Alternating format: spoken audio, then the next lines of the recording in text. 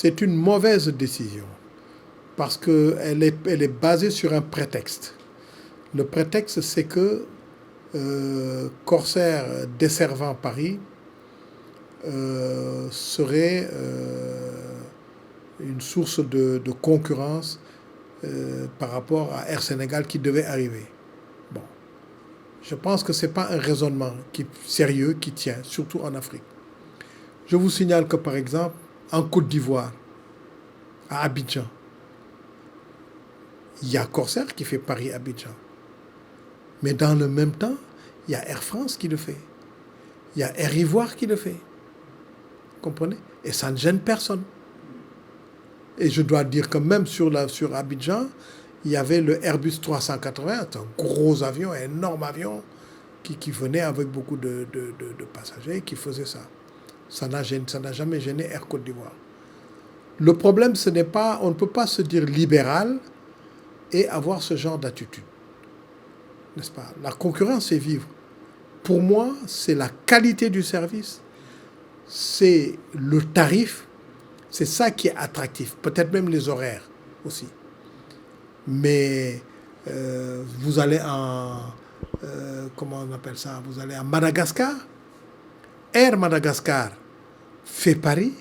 Corsair fait Paris. Air France fait Paris. Personne ne se plaint. C'est-à-dire que l'intérêt d'une capitale, c'est d'être bien desservi. Le gars qui quitte Londres ou n'importe où qui veut venir à Dakar, il va savoir qu'il a telle et telle et telle possibilité. N'est-ce pas? Donc l'argument prétexte qui a été avancé de la concurrence ne tient pas debout.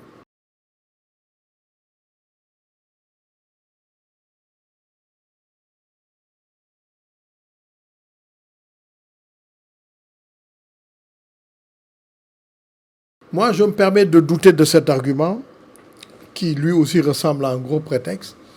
Je crois que la vérité, c'est que pour South Africa, c'est que Dakar est trop cher en termes d'aéroport. Vous savez, quand vous venez dans un aéroport, les droits d'atterrissage, de décollage, toutes les autres taxes, les frais, tout ça, ça compte. Je crois que Dakar, je ne crois pas, je soutiens que Dakar est trop cher. Parce que tous les opérateurs le disent. Dakar est trop cher. Depuis Yoff, Dakar est trop cher. Et en 2015, j'avais fait cet article sur c'était une première menace. J'avais dit à l'époque qu'il fallait revoir ces prix-là. Personne n'a rien fait. Aujourd'hui, je pense qu'il n'est pas tard, puisqu'on nous parle de suspension. Donc ce n'est pas une décision définitive. Je crois que même les 3 fois par semaine que nous avions en direction de Washington, aller-retour, mais c'est bon à prendre, c'est mieux que rien. Parce que c'est quand même du chiffre d'affaires. Moi, je pense que les autorités compétentes devraient aller négocier avec... Ça a été réduit jusqu'à 2, hein? Vous vous rendez compte? 2 vols par semaine. Mais ça, c'est peanut, ça, c'est rien du tout. Comprenez? Non, je pense qu'il faut aller négocier. Surtout que South Africa n'est pas une compagnie privée. Elle appartient à l'État sud-africain. Ce ne sont pas des privés sud-africains ou de notre pays. Elle appartient à l'État sud-africain. Ce sur quoi je suis convaincu, c'est la cherté de la plateforme aéroportuaire AIBD. C'est la cherté. Parce que du point de vue technique, les pilotes vous disent Dakar, pour atterrir, pour décoller, Dakar AIBD a les caractéristiques les plus modernes qu'on puisse rencontrer en Afrique de l'Ouest. Donc, eux, ils préféreront bien venir atterrir à Dakar qu'aller atterrir à Abidjan, atterrir à Accra. Je fais un lapsus, mais un lapsus révélateur.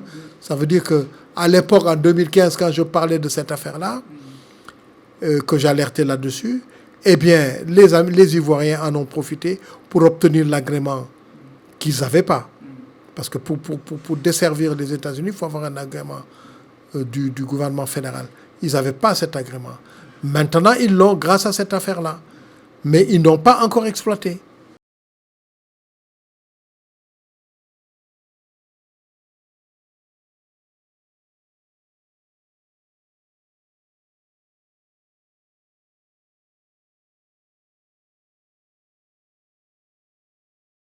C'est plus de 20 milliards par an. C'est près de 25 milliards par an. Parce qu'il y avait en plus les loyers, il y avait les chambres d'hôtel.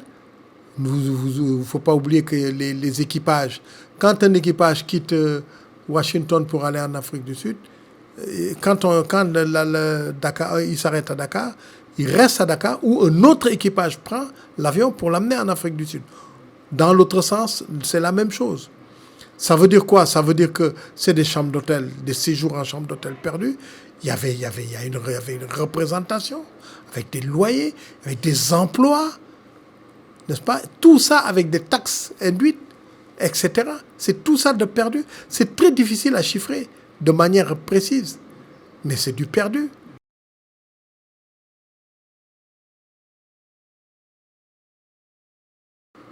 J'attends de voir, mais je pense que c'est un peu prétentieux. Vous savez, s'il faut aller de l'autre côté de l'Atlantique, je crois qu'il faut y mettre le paquet, il faut le faire sérieusement. Et puis ce n'est pas ça qui compte. Ce qui compte, je l'ai dit au début de l'entretien, c'est la qualité du service. Partir à l'heure, arriver à l'heure, etc. Le service à bord, etc. Et c'est aussi le tarif pratiqué. Vous comprenez?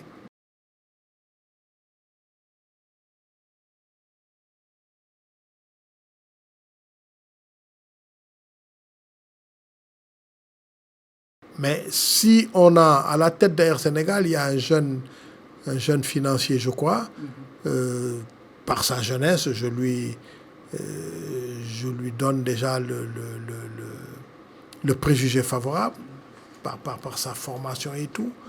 S'il vit comme au Moyen-Âge, on se replantera, mais s'il anticipe, s'il prend des initiatives, la compagnie aura de beaux jours devant elle.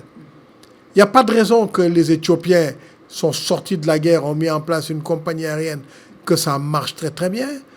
Il n'y a pas de raison que ces gens-là fonctionnent bien et que nous, on ne fonctionne pas correctement. On a fait une affaire d'Air Sénégal avec les Marocains qui nous ont truandés en surfacturant, n'est-ce pas?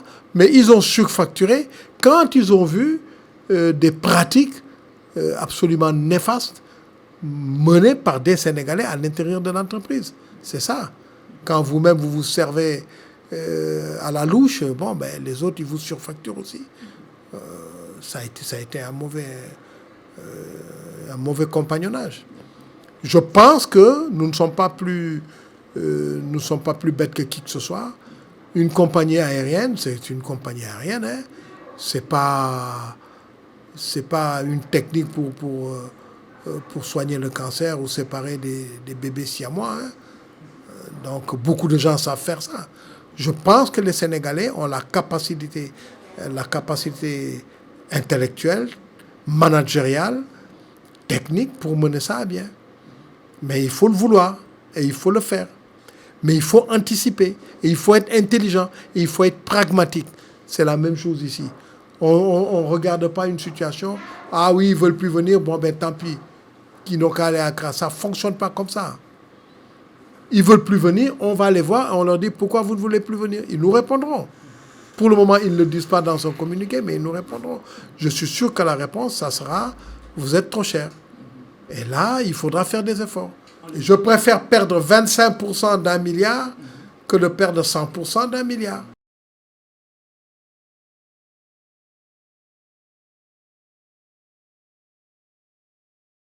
Le hub ne se décrète pas.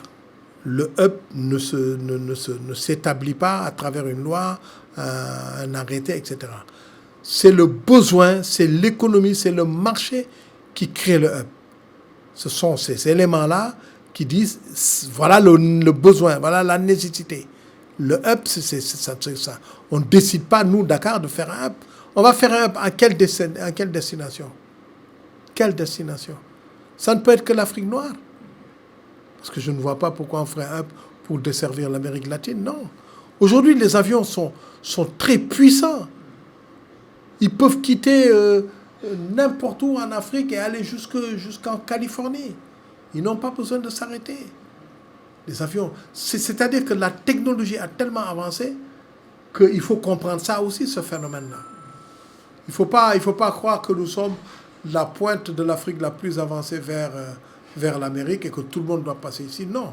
S'il n'y a pas des intérêts et des avantages comparatifs, les gens ne viendront pas. Voilà.